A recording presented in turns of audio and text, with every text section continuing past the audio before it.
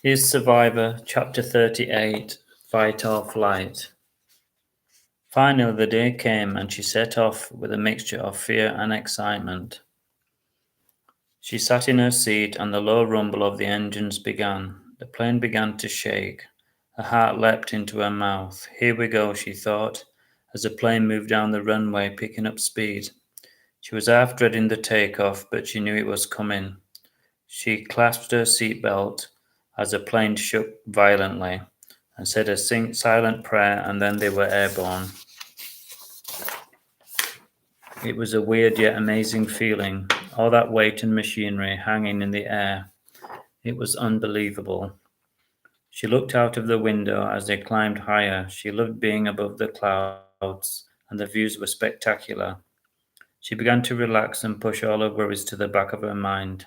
The landing was so smooth it was surprising, and when she stepped off the plane, she was hit by a blanket of heat, and she knew she was home. She taxied to the apartment and was delighted by how spacious and comfortable it was. It was small but cozy, with a lovely veranda, perfect for sitting outside with a glass of wine, watching the sky change colours. The only thing missing was a swimming pool, but she knew she couldn't have everything.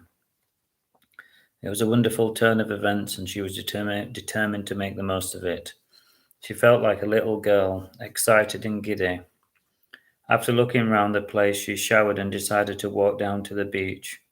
It was about half a mile away, and at first she felt a little foolish, but she looked at the signs and followed the people, and eventually she worked out the way to go.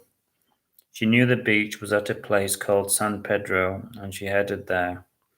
All the houses were clean, and the streets were lined with palm trees. It was like paradise. There was no litter and no gangs of teenagers hanging around, which she was used to. The beach was pebbly, which was a little disappointing, but the view wasn't. It was magnificent. It was exhilarating to see the sea stretched out in front of her, seemingly going on forever. It was so awesome that it made her feel insignificant. She took her shoes and socks off and let the sea water rush over her ankles and between her toes. It was a lovely sensation. This is true happiness, she thought, and the echo of the waves seemed to confirm it.